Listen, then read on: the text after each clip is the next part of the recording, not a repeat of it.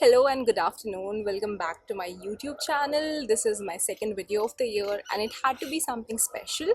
I'm currently enjoying my summer vacation in Uttarakhand and I'm so delighted to say that I have a summer vacation between the first and second year of MBA because God knows I needed one.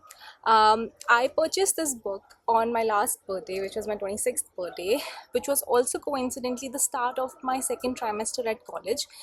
It was a very hectic day only because you just gotten done with exams and you're starting a new trimester the very next day and you're overwhelmed and there's so much happening and you just don't feel up to doing anything. And on days like that, especially on my birthdays, I take myself to do something that I would enjoy doing just by myself, and I ended up visiting a bookstore, um, an independent novelty bookstore of sorts. I picked three books and this was one of them. Evenings and weekends, I purchased it at a time of my life where my evenings were dedicated to studying for exams and my weekends were all about case prep and summer internship prep and the whole thing.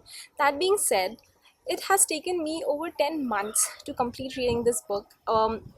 Multiple reasons to it, one being that yes, I was busy with my academics and the whole thing, but other than that, um, I have started to grow a certain amount of fondness for Irish literature and Irish works, so much that I try to savor them whenever I'm picking up a book. This book in particular, we're dealing with a main character who's going through so many things. I have an entire relationship arc and the whole thing to keep up with the plot line of how many characters we have in the book and who is related to whom. So it is the story of two women, Rosalind and John.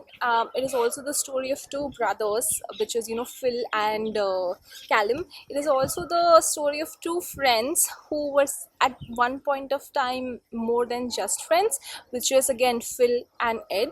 It is also about two partners, which is Ed and Holly. It is also about so many things at once. You have to understand that I had to meticulously jot down who is related to whom, in what capacity, and what kind of backstory do they have, to kind of break down what's happening in the book. And of course, when you pick it after a while, you have to rejig. So I would read some pages that I've already read and then continue reading forward.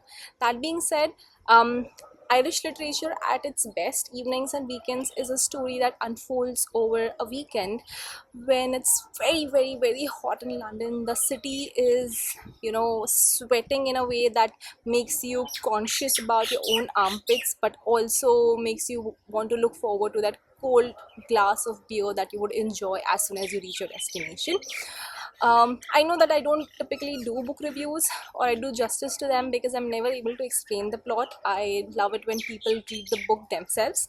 Um, if I had to say it in a very succinct way, this book is all about all the things you never said and all the things you wish to say to all the people that matter to you.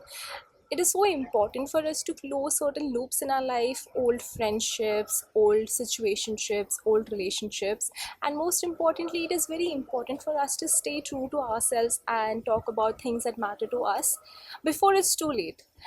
It is too late because Phil's mother has cancer and she has important things to say to her son. But Phil is in such a weird situation right now. He is in love with Keith. Keith, who already has a boyfriend.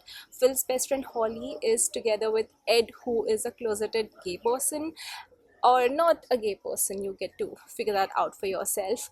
There's so much history, there's so much drama, there's so much trauma to the whole thing, which is something that is very common with Irish literature. There is a lot of pain associated with the entire stories that people in Ireland and subsequently in England live. um but yeah, 10 months is a really long time to read a book, which means that this book took more from me than it gave me. I had to pause at certain points because it got a bit heavy for me, not because the story was maybe heavy in itself, but I could just read too much in between the lines and think too much on the whole thing.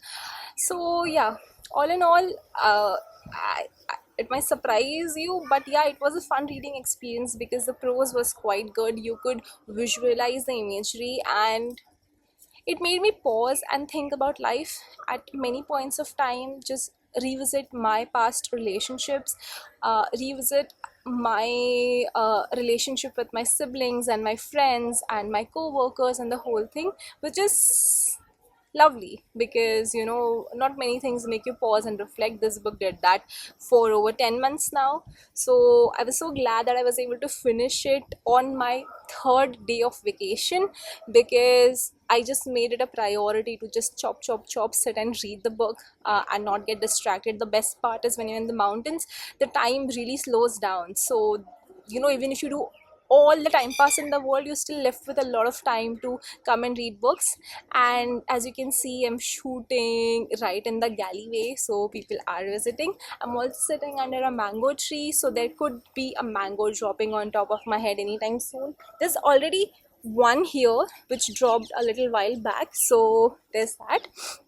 That being said, uh I don't know. I mean, do pick this book up. Do take yourself on a vacation whenever you have the time for it, and definitely make sure that you are saying all the things you want to say to the people you wanted to say it to. Otherwise, there's a lot of regret associated with the whole thing. So yeah, go. You do you, and do enjoy your evenings and weekends. Until next time. Bye.